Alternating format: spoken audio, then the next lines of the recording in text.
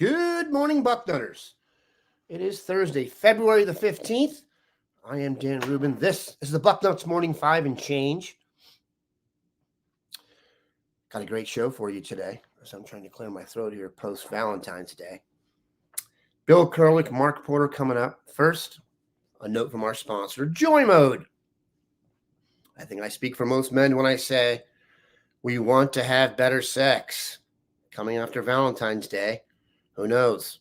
And for the sake of our partner, we may need to have better sex. The issue is that over-the-counter pills contain unregulated chemicals, suggest unsafe doses, and include the risk of several other health problems. That's why we've partnered with our friends at Joy Mode. Whether you're looking to spice up your intimate moments or increase your confidence in the bedroom, Joy Mode makes all natural and science-backed supplements dedicated to helping men perform better across their core functions. They're a trademark product of sexual performance boosters, every man's solution for increased blood flow, firmness, stamina, and performance. It's like a pre-workout, but for sex. All ingredients assessed in peer-reviewed journals, all ingredients studied in research in humans. Simply mix 6 to 8 ounces of water 45 minutes before sexual activity and watch the magic unfold, literally. Redefine your intimacy and go to usejoymode.com for 20% off with code BUCKNUTS. That's 20% off and free shipping with the code BUCKNUTS at usejoymode.com. Ingredients with integrity, Joy Mode. And who has more integrity than Bill Kurelic and Mark Porter? Gentlemen, welcome to the show. Yesterday was a big day on the Ohio State sports scene for news. Head coach of the basketball team, Chris Holtmann, was removed. We are going to discuss that at the end of the show. There are many of you who head for the hills every time we talk about basketball. So we're going to back end that and talk football and recruiting before that. So everyone should be ecstatic. Of course, we have the great Bill Kurelic and the great Mark Porter here. Gentlemen, Bill, kind of a lull in recruiting here based on what we've gone through. It was furious for several weeks. Bring us up to speed now. If you could reset Ohio State's general priorities. You've done a good job of that on the site. What do you think the staff is focused on right now? Which class is getting the most love? What positions are they going after? Set the stage for the Ohio State recruiting scene as it currently stands. Well, Ohio State hasn't gotten a commitment for a couple weeks, I guess. So generally speaking, I've just been kind of laying around. But, sitting around. Sitting around for the most part. But the lull before the storm. No, actually, it's, believe it or not, Ohio State, as I put on our site last night, they've already scheduled an official visitor for June 14th to 16th. London Merritt, a defensive end who is now Bradenton IMG, has set official visit for that weekend. And London Merritt is a top Ohio State target. He would be a great addition to this class. You put London Merritt, if they can get him, with Zaire Mathis, and then you've got Justin Hill, who they want very badly, and a host of other edge guys. So what is going on now? They are working on spring and summer. The dead period ends beginning of March, quiet period, and that's when kids will start visiting schools again. So Ohio State is getting visits lined up for the spring. I've got a list I've been working on of all the kids that have told me that they're going to visit Ohio State this spring, and it's a long list. Those will be, in Ohio State's cases, they like to do unofficial visits in the spring and then bring kids back for official visits in the summer. And part of that is just plain weather. The weather is going to be very nice in the summertime. And in Columbus, you don't know what you're going to get in the spring. You could bring kids in for visits on a early April weekend, and it could be snowing out there. Doesn't snow often in June in Columbus. So they're lining up all their kids for unofficial visits in March, April, May, and then come the official visits in June. And then, like last year, this will be the second year of the 7-on-7 stuff coming in the spring. And Mark and I will be attending a lot of those, getting to see kids. And so will the college coaches. They will be out after spring practice, going to those 7-on-7s. I know Mark can talk about it. We saw a lot of college coaches as we went around to all the different 7-on-7 events in Ohio. So really, this is a kind of a time of organization, so to speak, for the Ohio State staff. They're very organized, but they're getting the kids organized to make the visits, and those visits will then become official visits in a lot of the cases. And hopefully, if you're Ohio State, those official visits become commitments. Mark, from the kids side and the staffer side that you talk to, what is everyone up to? There was a little bit of a delay this year with recruiting, I noticed, is in regards to like class 2025, 2026, because we had a big portal influx, right after the season. And I think a lot of college staffs only have so many resources, and Ohio State has more than any.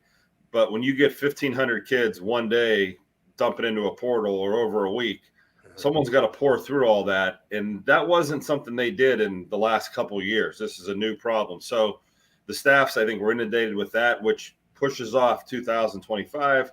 And for Ohio State, they're already on to 2026, 27. They're going to be inviting some of those guys to campus. So it may have pushed that back a little bit. Does that hurt them at all? No, because other schools are at a bigger disadvantage than they are because they have lesser staffs and the same problem. They want to get through all that portal film before they get through the high school stuff. So the high school competition, or the competition where you're trying to invite guys to your campus before someone else gets a hold of them, or you want to find a guy before someone else knows about them. And it's much easier to get kids to your campus when you're the first to invite them. And that's the race now with 2025, 26, and 27 is set up all these dates, get them on campus before it's junior year and it's late and their dates are all filled. I happened to watch, Bill, I don't know if you saw this, a fastest man competition that Tom Loy got to witness. I think it was in Vegas. Our guy Devin Sanchez was in there with a couple smaller dudes. My boy can fly. And very interesting questions going on here. And his mom, the great Dietrich Sanchez, is disposing info here. One of the questions was from Mika Hanna. Can Jonah Williams play linebacker? Bill, can you tell us who Jonah Williams is, the state of his recruiting process? And what's very interesting is he can play linebacker, but he wants to play safety, apparently. Bring us up to speed. Exactly. Yeah, I think Dietrich weighed in on that. That's exactly what I was going to say. Jonah Williams is an athlete out of Texas, one of the top athletes in the country. As Dietrich weighed in there, he could play linebacker, but Ohio State is recruiting him as a safety, and that's in part because he wants to play safety, and he can play safety. He'd be an excellent safety and would be a great addition to the Ohio State 2025 recruiting class. He is, in all likelihood, very, very likely going to make an official visit to Ohio State. He said that he's got one official visit set up right now. I have to think, I believe it might be to Clemson. Don't quote me on that, but he has one official visit set up right now, and he has 2 or 3 other schools that he tells me he almost certainly will make an official visit to, and Ohio State is one of them. So I expect him.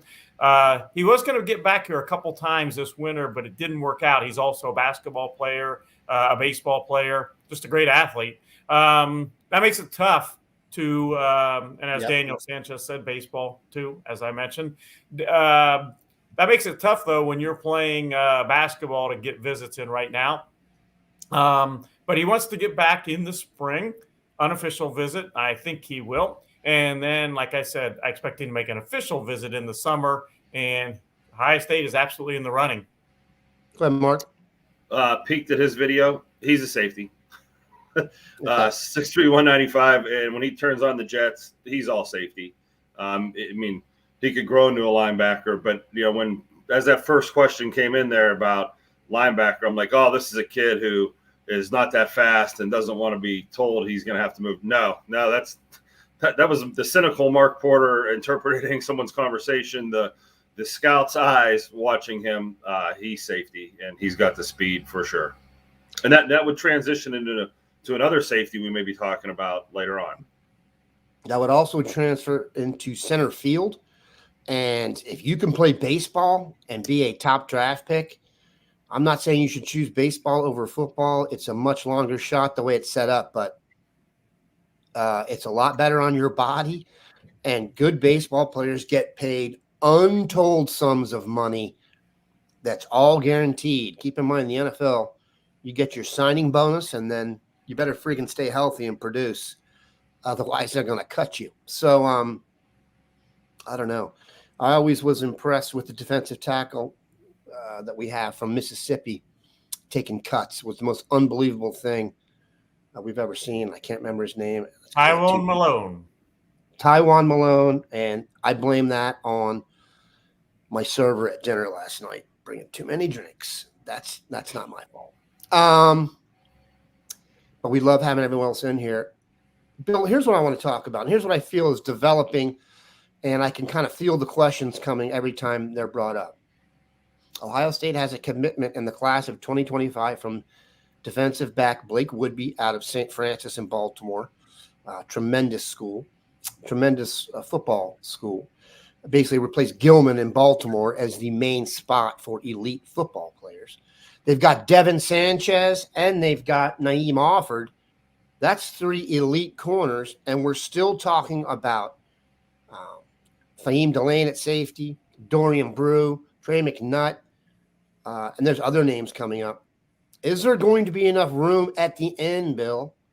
What's going to happen here? It does seem like we are talking about guys that everyone has in the class, and I'm not sure there are enough spots, or are there enough spots? Great problem to have for sure. Sure is. They'll work it out. I mean, to be honest, not every one of those kids is necessarily going to want to go to Ohio State. I think Ohio State is high on the list of all of them. Jonah Williams, we talked about too. You mentioned Brew. You mentioned Fahim Delane. Trey McNutt, as you mentioned. The list kind of goes on and on. Like I said, it's a good problem to have, and they will fit them in. Now, I will say that I'm not as confident as I once was in Dorian Brew being a Buckeye. That's not to say he won't, but I could see him staying closer to what is now his home, which is Texas. And again, Ohio State is still recruiting him. They showed out in force at the end of January or early, right at the beginning of February. I think it was the end of January at his school. But Texas is in there. I know that he heard a lot from Michigan when they were looking to get him to postpone his decision, which he did. I don't know that Michigan is I don't think quite as big a threat now. LSU's in there, Texas A&M. So it's a battle now, but they're still in that. If they don't get him, though, and that's an if, but if they don't get him, the good news is you look at the rest of the list, and there are still plenty of options out there. And I think when all is said and done, they're going to end up with at least 3 great corners, maybe 4, and they're going to end up with at least 2, perhaps 3 outstanding safety prospects. So there's some comments on here I want to address. And also, I get the sense that their number 1 safety is Fahim Delane out of Good Counsel in Maryland. Tom Loy, who was out in Las Vegas, and Dietrich, feel free to contradict this. He made a comment that Fahim Delane was hanging out with Devin Sanchez all the time and already looked like a Buckeye. So that's good. Tom Loy also mentioned that he was very close to putting in a crystal ball for Jamie French, who we talked about earlier in the week. So that's great news. Very interesting here to see what they do with defensive back. It may be first come, first serve. I could see that, but got to check on that one. But another one we haven't even mentioned is Jaden Hudson from California. He's one of the country's top safeties too, and he is absolutely interested in Ohio State. Can he just reclassify to 26, Bill? I don't think that's going to happen. No. We're getting some vibe here. The Brew is a Texas lean. We'll see. I think everyone thought Dorian would be in the mix simply because, at one point in time, he was down the street at Northmont, really down the street for me. So we shall see. That's very interesting. That's what I mean. My confidence is not as high as it was at one time with Dorian Brew. When he was going to announce his decision on January 24th, I was very confident he was announcing for Ohio State, thus the crystal ball pick. And I was still confident immediately afterwards. But as things play out and continue to go, again, he could end up at Ohio State. I'm not saying he won't, but my confidence that it was once there isn't at the place it once was. Being the fine satellite employee, in quotes, she is, Deetra Sanchez answers quickly. Dev and Fahim are tight, so no pressure, Mrs. Sanchez. We expect you and the finally named Daniel Sanchez to close that one for us. In fact, just call the staff and let them know you have it. I would actually be very comfortable with that. Like this, I think this is what I'm saying. We're going to get some backlash in defensive backs because McNutt and Brew are really Ohioans, and we know how that goes. But when you're Ohio State and you recruit the world and elsewhere like Spinal Tap, it's and these other schools are really going at Deetra. The other schools are really going after these kids. Also, I want you to keep in mind there was a quote from Naeem Offord recently that, yes, he's locked in for now, and the other schools are going to come after him. Keep in mind, you can be paid to visit. Right, Bill? Exactly right. So when you could get paid to visit, it was one thing in the past when we'd say, oh, he's going to take the visit to USC for the sun and the fun and come back. Now it's the sun and the fun and X grand. My kid would be going on the visits. You can't take that away from them. I have a feeling among dudes who are the elite guys, that's currency among those dudes, how you get treated and getting to go on those trips and stuff. Whether it has an ultimate effect on where they attend is really good. I'm going to put this question up here, and then I'm going to read the ad for our second spot here, and you guys can give you time to do a little research. All right. This is not about your nether regions. This is about Omaha Steaks. Score presidential deals during the Omaha Steaks President's Day sale and save 50% off site-wide. Go to omahasteaks.com/bucknuts, and you'll get 8 free Omaha steak burgers on select packages. That's 50% off all your favorite tender, juicy, extra-aged steaks like their butcher's cut filet mignons, their mouth-watering pure ground burgers, comfort classics, and easy-to-prepare meals that are perfect for those busy weekday nights. With Omaha Steaks, the possibilities are endless. Endless flavor, and endless value, all at 50% off during the President's Day sale. Remember, the only way to get this amazing deal is to head over to omahasteaks.com/bucknuts and shop the President's Day sale. Load up on all the delicious flavor you crave at half the price. And don't forget to look for those 8 free burgers on select packages. But you're going to want to hurry because the deal ends soon. So we go to omahasteaks.com/bucknuts and shop the President's Day sale today.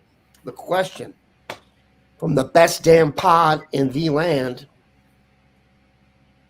Genuinely curious about class of 2025 linebackers we are in on.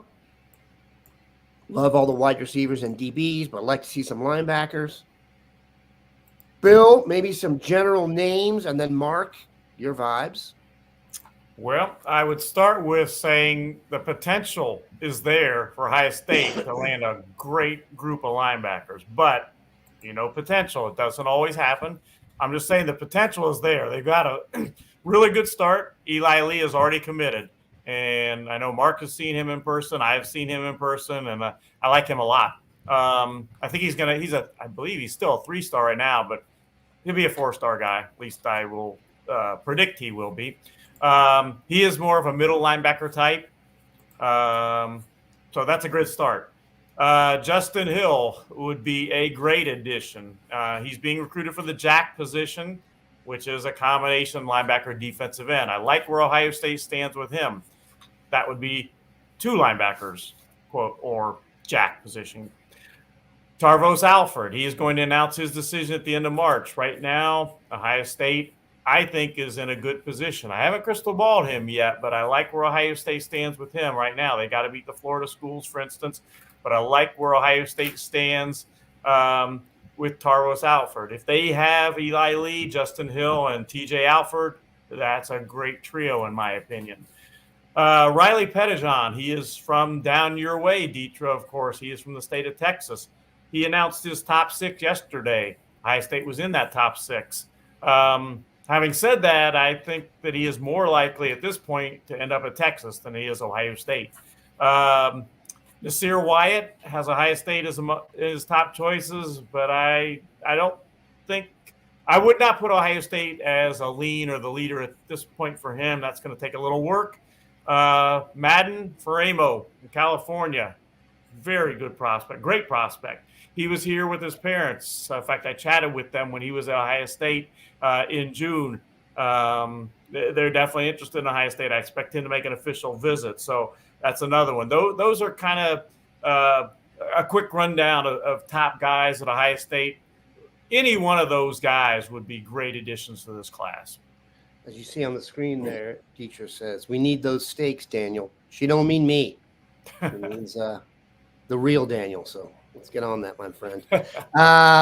Yes, Mark, Justin Hill is obviously the crown jewel of Ohio's jack prospects, as it were, which is kind of the hybrid defensive end, outside linebacker, almost like, I guess, the ultimate jack will be Micah Parsons. Would that be an accurate statement where you're moving a guy around, trying to get him in the A gap? He'll rush from the outside. You can get him in coverage. So you think, I'm not comparing Justin Hill to Micah Parsons, but is he the kind of, are we inflating him because he's from Ohio? Or do you think as Bill gives you those names from all across the country, he's in the mix? No, he's in the mix. His talent, his length, his burst, the speed, all those elite characteristics that most kids don't have at that size, he has. And that's what makes him a national prospect. That's what gives him that national. And then the last thing about him is the upside once he gets to school. He's not done yet. Like, he's going to get stronger. He's going to get bigger. You know, I think he can even get a little faster.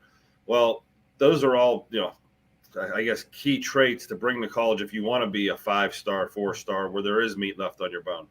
No one is Michael Parson. He is the you know, he really is special. Yeah, the prototype. And his speed is and like a half step or step more than anybody else doing it. But that's the role. Maybe that list isn't big enough. I'll have to do that again. Right, work on it. Yep. Yeah. So yeah, he leads the list. And when I list linebackers on my list that we were going to look at there, I have Bo Jackson at running back, but he may be one of the best linebackers in Ohio. Justin Hill, defensive end, but I have him listed as a linebacker. So sometimes I side with the player on my, you know, I guess rankings that I put out where I have them listed, but wink, wink, nod, nod. I kind of know where they're really going to end up, and maybe I'll note that in my notes. But looking at this list, you know, Justin Hill, Eli Lee. In Eli Lee, I saw some people in the comments that weren't as excited about Eli Lee as they are Justin Hill. Eli Lee is the type of linebacker that you need to have on your roster. It's one of those things when you're getting run on for 7 or 8 yards a carry, you're like, where is our tough linebacker? And I think we get fascinated with speedsters at linebacker and not the tough downhill between the tackles, you know, take on guards, take on tackles, stick their face in there. That's where Eli Lee better provide his value. And that's where all the middle linebackers, you know, better be tough in between those gaps. So I know people are mixed on him, but he's going to fill a role, and he's going to fill a very specific role. Even if he was only a first and second down run stopper, you need those guys on your team. Paul Nelson from Princeton and Trey Vernon from Hamilton are 2 other guys that I really like, and their offer list will show that I'm not the only one that likes them, and for good reason. Trey Vernon is a dog. He's just a great football player. He might be a little bit undersized, might be the knock on him, and he's playing defensive end. He's playing linebacker. He's only 6'1". There's some oddities there, but there's definitely a football player. As you go down to Dante McClellan, I think would be the next guy on that list. And then you get into a bunch of guys that Like Bill and I have seen Denham Cook from Bishop Hartley. Great looking player, could run a great time at the camp this summer and maybe be a Buckeye. It's funny, when I saw Bishop Hartley play, Ryan Day was in the stands watching that game because he was playing his son. So it's one of those nights you want to shine if you're on the opposing team. Eric Gale from Withrow is another linebacker, defensive end hybrid. Shiren Maybe at Kip down in Columbus. He's got some speed to him. Grant Bierman in the Clota West, he is long, 6'4", 6'5", playing linebacker. These other guys have some. KJ Brown out of Winton Woods, 6'3", 215, another guy that can run. Nate Gregory is from St. Edwards, and he is probably the next on my list as your throwback Mike linebacker, much like Eli Lee. So if you're looking at inside guys, it would be Eli Lee, Nate Gregory from St. Ed's, because they are real tough guys on the inside. Maddox Arnold down at Elders, another tough guy on the inside. I mean, there's a lot of names here that Ohio State off to sift through in Ohio, but the original question was Justin Hill, national 5-star. He's the cream of the crop. Yeah. He's got the length, the speed, the diversity, can do a lot of different things. So he's the favorite. The rest of those guys are either going to have to blow up physically or get it done at camp to get an offer. But Mark's right. I think sometimes we lose perspective. Just going over a bunch of the draft stuff, and everyone knows I'm a Cowboys geek. They are like the Cowboys have a need at middle linebacker for a traditional middle linebacker, and they love Eichenberg. You know what I'm saying? They love a guy who can captain the defense, is always in the right gap. Those things can really be an asset to a team. They're Eichenberg was a very steady player. Maybe they see Eli Lee on that. That team, Hoban's got so many dudes, though. It's we'll be up there plenty. Trust me. Two other linebackers nationally I didn't mention yet that should be mentioned because Ohio State went to see both these guys in January in force with multiple coaches. Elijah Barnes, again from down there in the state of Texas. Absolutely, he is interested in Ohio State. I expect him. He's on my long list of guys that are going to visit Ohio State March, April, spring. And then Abdullah Sanders from California. He is from Mater Dei High School. Ohio State offered him when they were out there in January. And he is going to be, along with Jordan Davis and the top running back from Mater Dei. They are both making 4-day visits to Columbus March 27th to April 1st. And he's not coming out here for 4 days if he's not legitimately interested. You look at the guys at Mater Dei High School, Ohio State could fill a fifth of their roster, I think, with just those Mater Dei guys. There's so many of them out there that Ohio State is interested in, and there is a mutual interest. I tell you what, one of these days I'm going to pull out one of these negative people on the chat and let them see what the wrath of a Bucknuts social media attack is. I'm not going to do it now, but Natalie Meyer is being rude to our people. Doesn't look to me like you could handle that, so you might want to back off. Mika Hanna, do Nathan Bernard and Cedric Works and Tucker Caddis camp for us? I'm going to go to the Grand Poobah for this. Those are three names that come up on almost every show, and they're guys on the edge of offer time because these are guys who probably, put it this way, if they don't camp at Ohio State, they'll have plenty of offers elsewhere. But they probably have to get an offer from Ohio State. They'd have to camp, So once again, Nathan Bernhard, Cedric Works, and Tucker Caddis. Mark, if you could let us quickly know who they are before you let us know what you think of them and whether you think you'll actually go to camp. I guess the question is, ego-wise, are these guys going to camp? Let me start with Quentin Simmons from Withrow. And a couple shows ago, he was a name that was right with that group that people kept asking, what's going on with Quentin Simmons? Is he blowing up? Whatever. He committed to Kentucky. And the reason I bring that up is because that could happen to any of these kids you just listed. They could fall in love on a visitor trip and say, okay, this is my spot, and all bets are off. They're done. They all have plenty of offers. They're all, big-time players. But if they want an offer from Ohio State, some of them are in the position right now where they are the next rung of guys on the Ohio State board. Tucker Caddis on my board is right there underneath Carter Lowe, and he's ahead of some other guys, but it depends on what you're looking for. We talked yesterday about Nolan Davenport and some of these other tight ends that maybe move into tackle. Does that appeal to the Justin Fry? Because that was a lot like the Deontay and Devontae Armstrong mold. They were tight ends looking bodies coming out of sophomore year.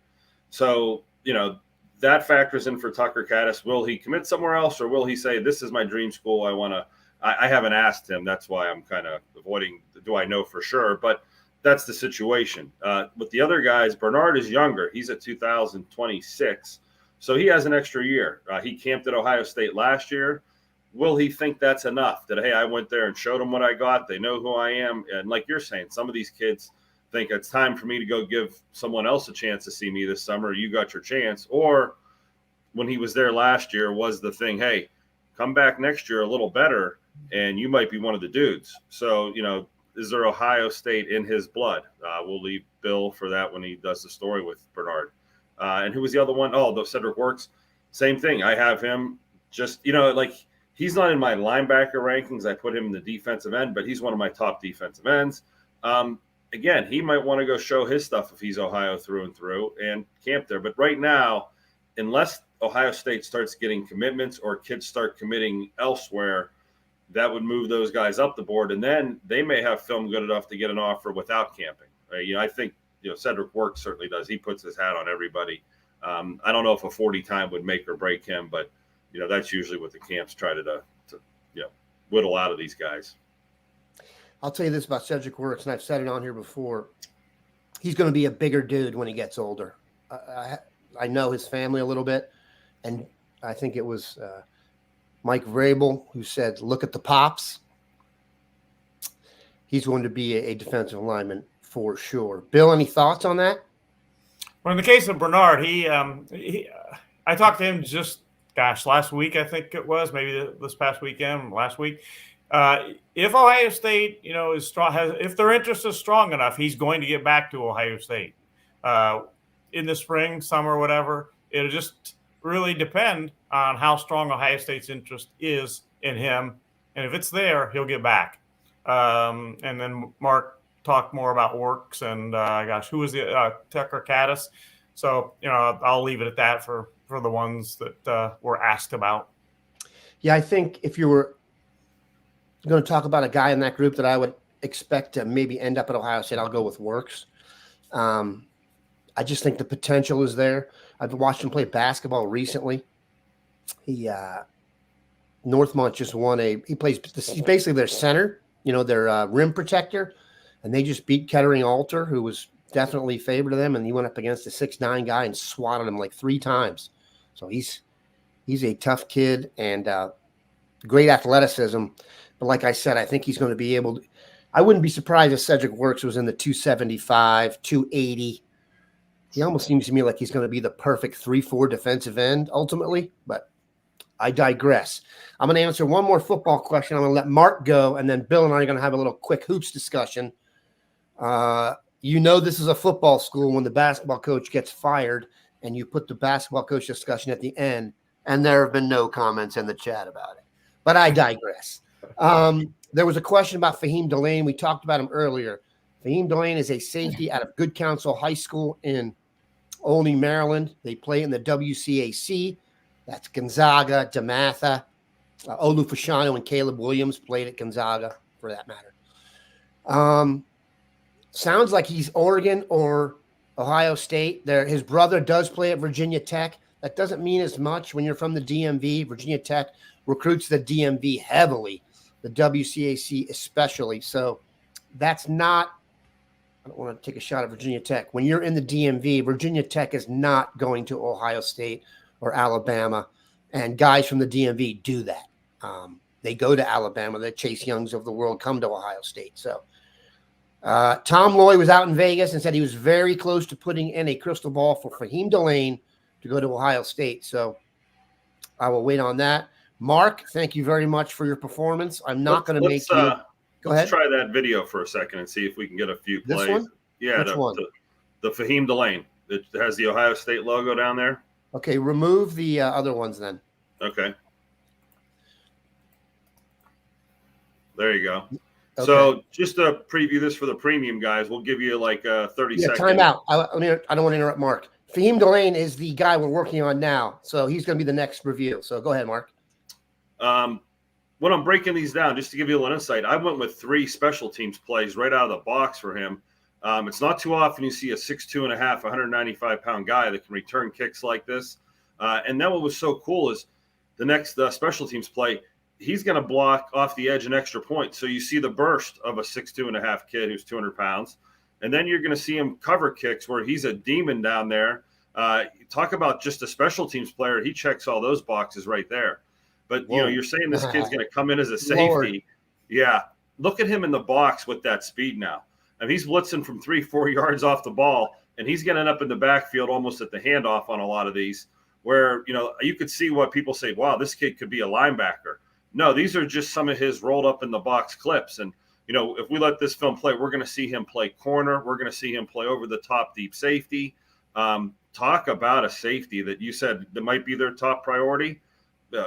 This is one of those films that as I was doing it, I'm like, boy, is he checking every box you want to see. And then this is a little series where I put him back at deep safety so you can see how he reacts back there. Freight train coming downhill. So then you're saying, okay, Mark, all I'm seeing is him over the top pounding people at safety, him over the top or down at linebacker pounding people. Where's all the coverage stuff? He's going to line up at corner here in a few plays, and he's going to play press man-to-man corner at that size. So talk about the triple threat that has all the different – there he is at corner. I mean, so what else do we need to see? I mean, what else could a prospect do for a resume to get an offer from Ohio State than what he has put on tape here? And, of course, we'll let the, you know, premium subscribers – I'll pause this here. They'll have to, you know, watch it there. And that's obviously that's narrated by me, and everything I said was different than what I say on the tape. So you're going to get 2 different narrations out of me if we keep doing this. But that is some great stuff right there. Yeah, if you ever were considering whether to watch the BM5 or listen, we are adding in video of Mark's stuff. We're not going to go completely to video for highlights because we understand there are a lot of people who just take this podcast only, but we would really encourage you to join us for the show live, and you can watch it on YouTube, and we'll have video in there, etc. Mark is the best in the business, and we are thrilled to have him. And again, Fahim Delane will be the next Buckeye in the Sky coming out. We're going to let Mark go. Marcus, thank you very much. Now, Bill and I are going to discuss quickly Ohio State basketball. For those of you who don't know, the dean was once a prominent local varsity basketball coach in the Columbus area. He's coached AAU, so he knows of which he speaks, and he is a devout follower of the basketball team. I believe you were at one of the recent games, one of Chris Holtmann's final home games. The Indiana debacle. It was a debacle in many ways. Center, mid-court, 7 rows up, saw it all. I hope those were free. Okay. Just your thoughts on the decision to fire Chris Holtmann. I was of the mind they were going to let him finish the season out. I was wrong. Your thoughts just generally, and then we'll maybe get down to specifics. My thought initially was the same as yours. I thought he would finish the season out, and then I thought that would happen. Some people have mentioned that, well, they did it now to give themselves a head start because maybe Michigan's going to have an opening, maybe Indiana and so on are going to have openings. Gene Smith kind of put that to rest a little bit. He said it really doesn't give you that big of an advantage doing it now because the coaches you want to talk to are all tied up right now. Yeah. So he said that doesn't give you a huge advantage. But as he put it, he just felt like they needed a change in leadership. And I don't necessarily disagree. And I'm not a coach fire guy. I coached at different levels. As you mentioned, I was a head high school coach for many years at one of the biggest schools in Ohio, basketball head coach. So I'm not a coach fire guy. I know what it's like to be in that position that everybody is critiquing you for sure. But having said that, I would agree with the decision. I think that they need to go in another direction. And I think Ohio State, in my mind, can't be in second to last place, or whatever in the Big Ten in basketball. There's too many resources there. Yeah, as Gene Smith talked about, the expectation needs to be the same, whether it be basketball, football, whatever. The expectations need to be the same. They need to be very, very high, and Ohio State needs to have those expectations in basketball. So they need to choose a direction here. What are they going to do? I agree.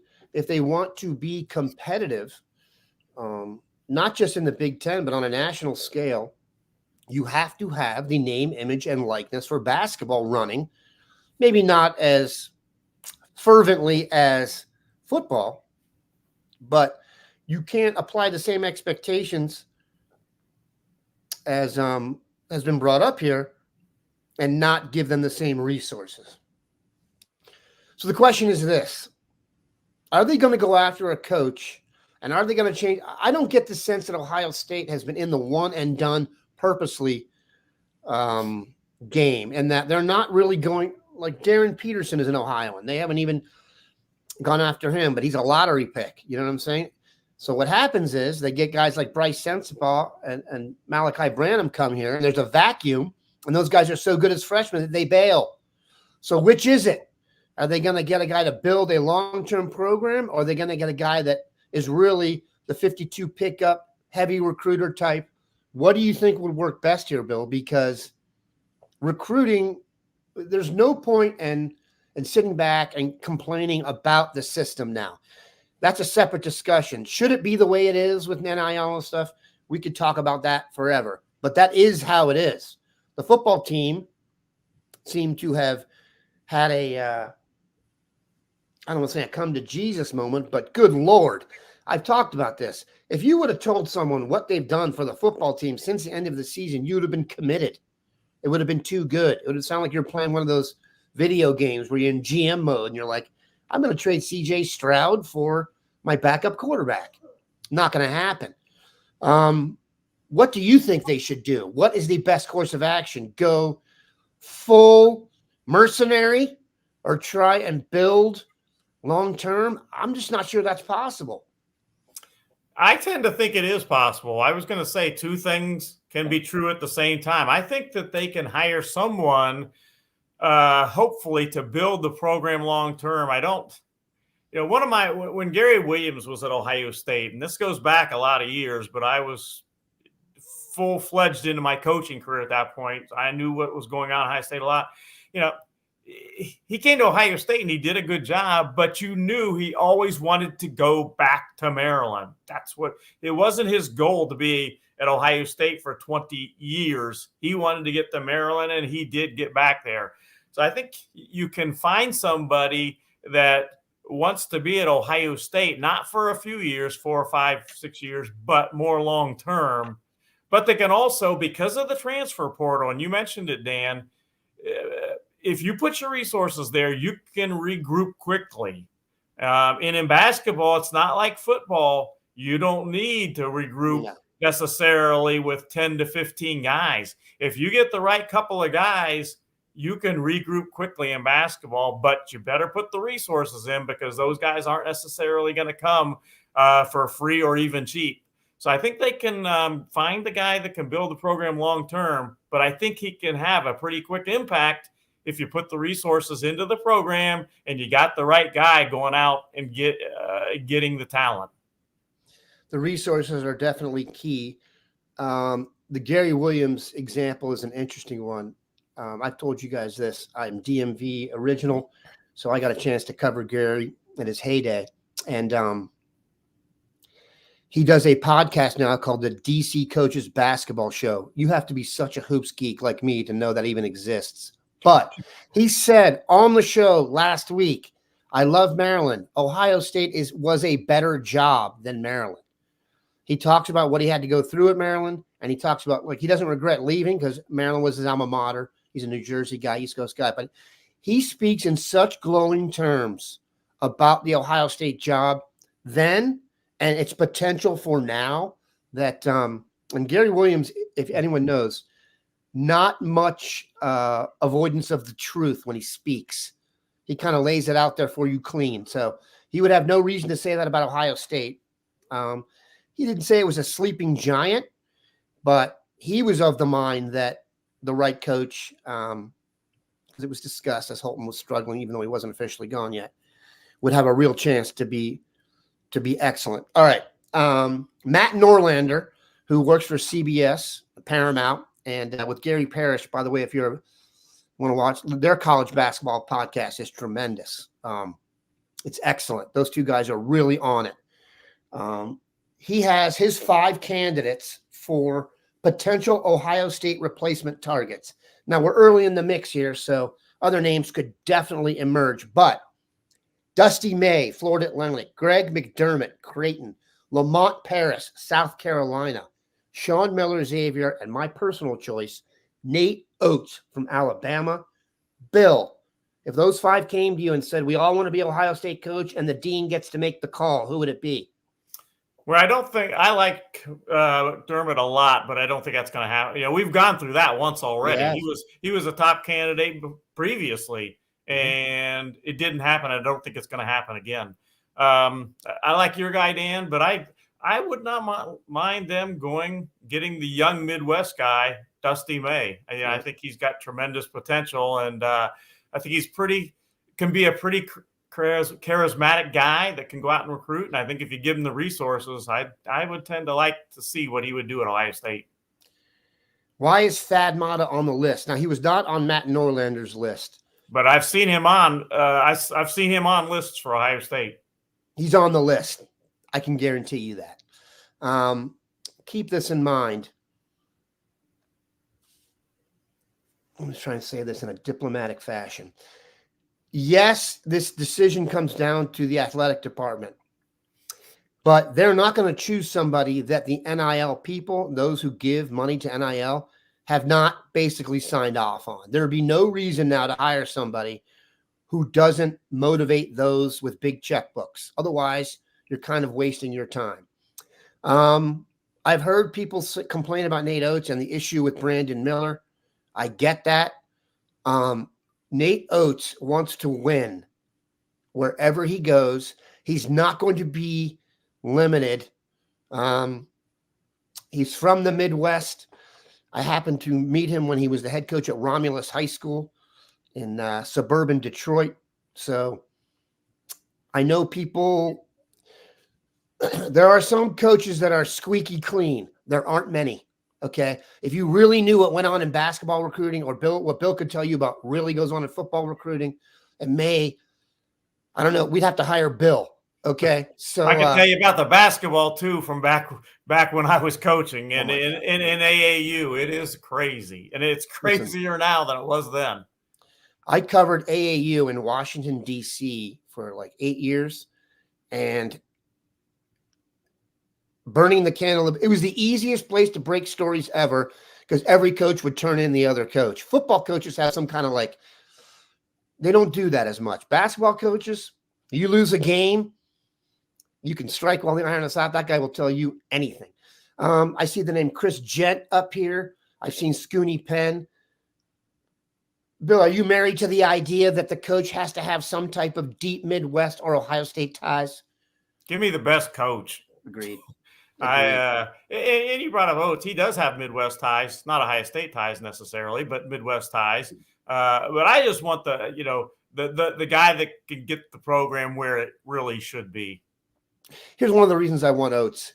He's won at Alabama, and by the way, that's a football school. He understands that. So if he were to express interest in the Ohio State job, that would mean to me that he doesn't care about that, and he knows how to do it. As much as everybody, we get every single time basketball comes up, there's a 30-second dissertation about, oh, we need to be basketball like football. But that ain't happening. Okay. The new president took over and said, football is king. He didn't say co-king. He didn't say co-anything. Football is king. Does that mean we can't get it done in basketball? I don't think so. Dave Rice has a good question. Doesn't Oates have a major buyout? He may. If that's the case, I don't really know the answer to that. I'm just speaking like Nate Oates. If there's a guy in Ohio who's a top 5 player Nate Oates is going to go after him. Okay. I get the feeling in Ohio State, we say, oh, we're not in it for that kind of national guy. Let's let Duke and everyone else pull it off. Larry Brake, why would Oates leave Bama? Who knows? He's from the Midwest. We could give him a raise. I don't know. I'm just going off the guys off the list. And to me, he's the best one. We've lost head-to-head recruiting battles with Alabama recently. So he's a tireless recruiter. I get, and this is the other vibe you're getting, Lamont Paris in South Carolina because he was born and raised in Findlay. I don't know. He hasn't had a ton of success there. They're doing well this year, but okay. And this is what I'm going to say. I got an email about this from Jay Wright is not coming to coach this team, guys. He's retired. I don't think he'd have any interest in doing it. I've heard Anthony Grant, who's doing well at Dayton, does appear that Dayton's nationally ranked. It's the second straight coach that's gotten them nationally ranked. I'm not sure. And Grant is an alum. I don't think Grant would take the job. He's also a little further along in his career. Kevin Chavis ends the show with an agreement with the dean and myself. Let's just get the best coach possible. I actually think at the time I thought Holtmann was that, and they got off to a good start. Let's get a crazy, crazy recruiter in here. Someone who is known for the AAU circuit and stuff like that. I realize people feel like you sold your soul to the devil when you've done that, but the devil is in charge of college basketball now. And if you don't appease him, you're just not going to win. So we're banging our head against the wall if we don't kind of get it going in the modern situation. Now, will that change? Maybe. But if you want Ohio State to be competitive, and, you know, when you're 13th in a conference called the Big Ten, not good.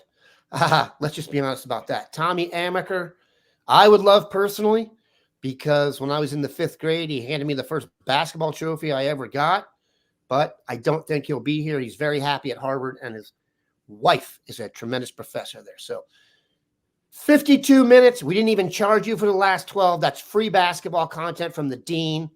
Chicks in the city are paying top dollar for this stuff. All right. We appreciate you guys stopping by. Have a good one.